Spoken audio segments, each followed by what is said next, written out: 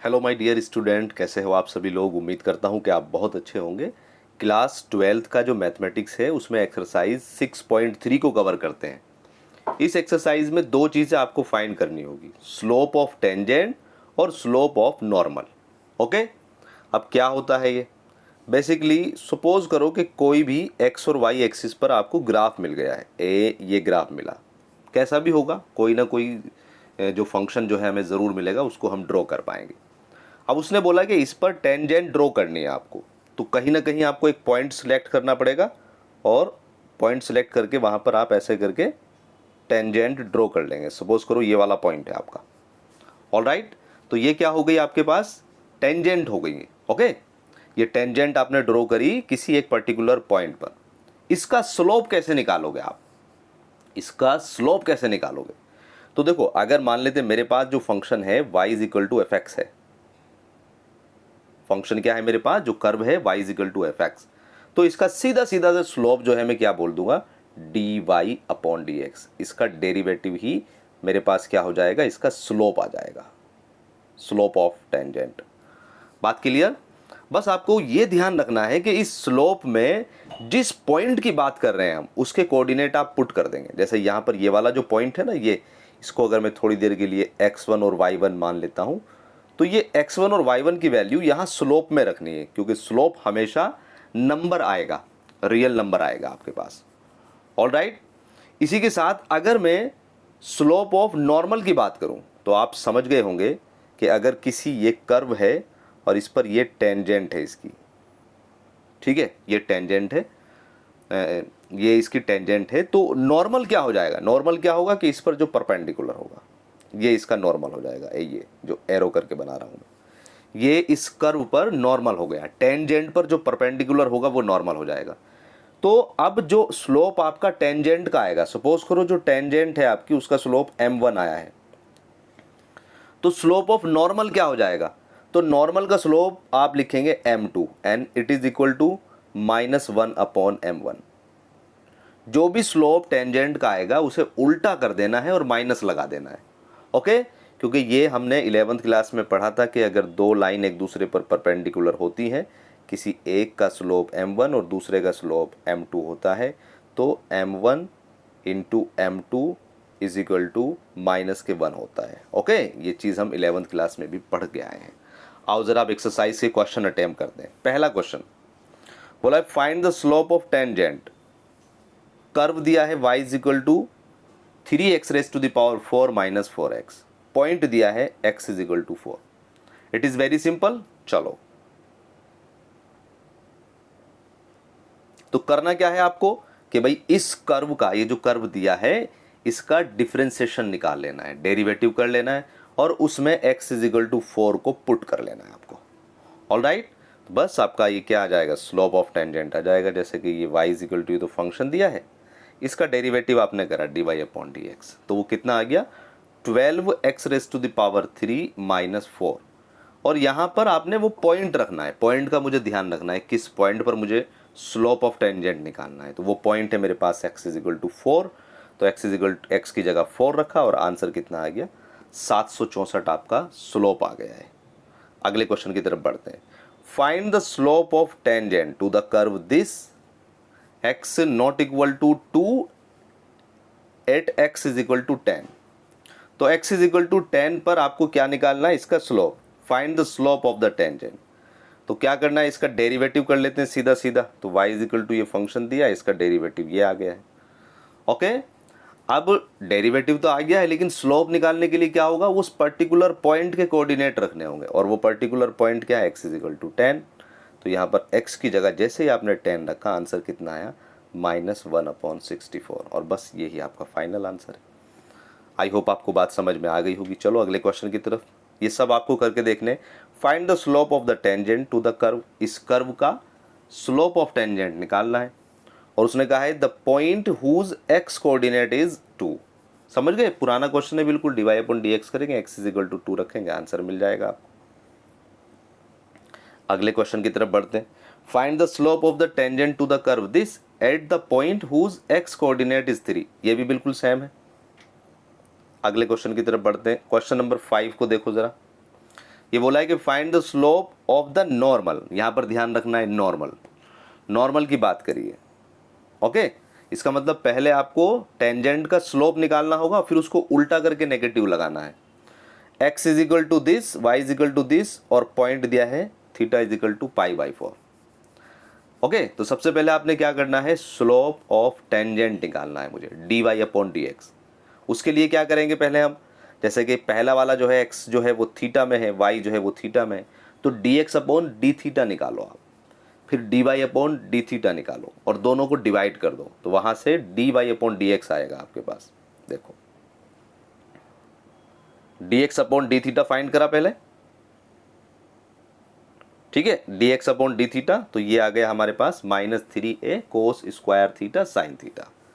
dy/d theta find करा तो 3a sin square theta and cos theta. फिर dy/dx के लिए क्या करना है आपको, dy/d थीटा ऊपर और dx/d थीटा नीचे। ठीक है, इतना तो मुझे पूरी उम्मीद है क्योंकि आप डिफ्रेंशिएशन करके आए हैं, तो ये कर लेंगे। डिवाइड जैसे करेंगे तो फाइनल जो dy/dx है जो है वो आपके पास कितना आ गया, -tan थीटा आ गया है। अब वो जो पॉइंट दिया है उसने, जिस पॉइंट पर आपको स्लोप निकालना है वो क्या है, π/4, तो यहाँ पर थीटा की जगह π/4 रखा, तो यहाँ आपके पास जो कैलकुलेट करके स्लोप ऑफ टेंजेंट जो निकल के आया वो -1 आ गया, जैसे π/4 रखा आपने थीटा की जगह। ऑलराइट, लेकिन अभी ये क्या आया है, स्लोप ऑफ टेंजेंट, लेकिन उसको क्या चाहिए, उसको चाहिए स्लोप ऑफ नॉर्मल। ओके, तो यहाँ पर क्या करना है, आपने लिखना है slope of normal at this point is equal to -1 upon, okay, -1 upon slope of tangent, minus और लगा लेना यहाँ पर। तो जैसे ही आपके पास ये आया भाई -1 आया था, तो आपने लिखा माइनस और -1 अपॉन -1, तो माइनस से minus cancel, final answer is 1। Okay, I hope आपको ये बात समझ में आ गई होगी कि जब भी स्लोप ऑफ नॉर्मल की बात होगी तो आपको स्लोप ऑफ टेंजेंट निकालना है, उसके बाद उसको उल्टा करके नेगेटिव लगा देना है। अगला क्वेश्चन आप खुद कर लेंगे, आगे बढ़ते हैं। नेक्स्ट देखो, क्वेश्चन नंबर 7 को देखते हैं कि find the points at which the tangent to the curve this is parallel to x axis. देखो अब आपको थोड़ा सा ग्राफिकली अंडरस्टैंडिंग जरूर करनी, ग्राफ बनाओगे बिल्कुल एकदम सटीक आप आंसर पे पहुंचोगे। क्या बोला है, देखो इसने फाइंड द पॉइंट्स, पॉइंट्स निकालने हैं आपको, एट विच, जिस पर the tangent to the curve, कि भाई इस कर्व की जिस पॉइंट पर इस कर्व की tangent is parallel to x axis. अब आप समझ रहे होंगे इस बात को कि उसने कहा है कि ये कर्व है, इस कर्व पर एक पॉइंट होगा, उस पॉइंट पर जब टेंजेंट बनाएंगे वो एक्स एक्सिस के पैरेलल होगी। अगर मैं हल्का सा ग्राफ बनाकर आपको इसका हिंट दूं तो सपोज करो कि ये मेरे पास कोई कर्व बना, ओके, इस पर एक पॉइंट लिया मैंने, है ना, ये पॉइंट मैंने कर्व पे लेना है और वहां पर मैंने टेंजेंट ड्रॉ करनी है, और ये मेरे पास एक्स और वाई एक्सिस हो गया। ओके, उसने कहा है कि ये जो पॉइंट है, यहाँ जो पॉइंट है ये जो है, इसके कोऑर्डिनेट बताने हैं। ऑलराइट, तो आप समझ गए होंगे कि अगर इस पॉइंट पर मैं इसका स्लोप निकालूंगा तो वो स्लोप कितना नजर आ रहा है, वो एक्स एक्सिस के पैरेलल है, ये एक्स एक्सिस है। इट मीन्स एक्स एक्सिस का जो स्लोप होता है अगर उसकी बात करें तो वो 0 होता है। बात समझ पा रहे हो? तो आपने क्या करना है, इसका मुझे स्लोप निकाल लेना है, स्लोप ऑफ टेंजेंट, और उसको किसके इक्वल रख देना है, 0 के इक्वल, क्योंकि ये जो लाइन है आपकी टेंजेंट जो है वो क्या है, एक्स एक्सिस के पैरेलल है। ओके, एक्स एक्सिस के पैरेलल है तो स्लोप कितना हो गया हमारा, 0 हो गया है। तो यहाँ बस यही लॉजिक लगाना है आपको कि y इज इक्वल टू ये फंक्शन दिया गया, इसका dy/dx निकाला आपने और आपने लिख दिया कि tangent is parallel to x axis so the slope of the tangent is 0। जैसे ही आपने इसको इक्वल 0 रखा और यहाँ से x की 2 वैल्यू निकल कर आ गई है। ओके, आपको तो पॉइंट निकालने, तो आपने क्या करना है, अब जो आपका कर्व है उस कर्व में ये दोनों पॉइंट रख देने। तो कर्व जो है आपका जो स्टार्टिंग में दे रखा है, ये इक्वेशन जो है y is equal to something, इसमें x की वैल्यू रखी और y की वैल्यू आपने निकाल ली। तो जैसे ही आपने x इज इक्वल टू 3 और x इज इक्वल टू -1 रखा तो y की वैल्यू -20 और 12 आ गई है। तो 2 पॉइंट्स बन गए आपके, एक तो 3 और -20 और दूसरा है -1 एंड 12। उम्मीद करता हूँ कि आपको ये समझ में आ गया होगा। आगे बढ़ते हैं। अगला क्वेश्चन है find the point on the curve. इस कर्व पर पॉइंट आपको फाइंड करना है at which the tangent is parallel to the कोड joining the points this and this. अब देखो इसको भी समझो आप। सबसे पहले अगर लैंग्वेज समझ में आ गई तो क्वेश्चन आप आराम से डील कर लोगे। उसने कहा find the point on the curve, इस कर्व पर पॉइंट फाइंड करना है। एट विच, जिस पर टेंजेंट जो है, जिस पर टेंजेंट पैरेलल होगी टू द कोड joining the point this and this, कि जो इन दोनों पॉइंट्स को मिलाओगे आप, जो आपके पास कोड बनेगी वो आपकी टेंजेंट के पैरेलल होगी। समझ पा रहे होंगे आप कि यहाँ पर अगर मैं कर्व ले लेता हूँ, कोई ये मान लेते मेरे पास कर्व है और इस पर मैंने टेंजेंट बनाई क्वेश्चन के अकॉर्डिंग, तो उसने कहा है कि ये जो टेंजेंट है आपकी, वो जो दो पॉइंट हैं आपके पास जो गिवन है, उनको जब कोड मिलाओगे आप, ये दोनों क्या हो जाएंगी, पैरेलल हो जाएंगी। ओके, तो इस कंडीशन में आप क्या करेंगे, जो आपको कर्व दिया गया है उसका स्लोप ऑफ टेंजेंट निकाल लें आप, dy/dx, और इसका भी स्लोप निकाल लें, दो पॉइंट से जाने वाले। याद आ रहा है जो 11th क्लास में किया था slope, y2 - y1 upon x2 - x1। Concept लगाएंगे और x की वैल्यू यहाँ पर निकल कर आ जाएगी। आओ ज़रा दिखाते हैं आपको। देखो सबसे पहले क्या करा, जो दो पॉइंट दे रखे हैं उनका मैंने स्लोप निकाल लिया, slope of code y2 - y1 upon x2 - x1 करके, तो वो कितना आ गया, 2 आ गया है। उसके बाद जो उसने कर्व की इक्वेशन दी है वहाँ से dy/dx निकाल लिया हमने, और दोनों को इक्वल रख दिया क्योंकि दोनों पैरेलल हैं। तो यहाँ पर 2x - 2 = 2 आ गया, और यहाँ से कुल मिलाकर x की वैल्यू निकल कर आ गई है। और जब x की वैल्यू निकल कर आ गई है तो इस x की वैल्यू को आप अपने कर्व में रख दो, कर्व में रखेंगे तो y की वैल्यू निकल कर आ गई। तो फाइनल आपका रिक्वायर्ड पॉइंट आ गया है। ठीक है, चलो आगे बढ़ते हैं। Find the point on the curve, next question, question number 9। Find the point on the curve at which the tangent is this. अब देखो इसने क्या बोला है, इसने क्या बोला है कि पॉइंट तो फाइंड करने हैं कर्व पर, एट विच, जिस पर उसकी टेंजेंट जो है वो ये होगी। तो अब इसने क्या है, फाइनली टेंजेंट ही दे दिया आपको। ओके, तो आपने क्या करना है, आपने अपने अकॉर्डिंग इसकी टेंजेंट निकालनी है और उस टेंजेंट को इसके इक्वल रख देनी है। या आप एक काम करिएगा, टेंजेंट ना निकालें, स्लोप निकाल लें आप इसका भी स्लोप और इसका भी स्लोप बराबर होगा।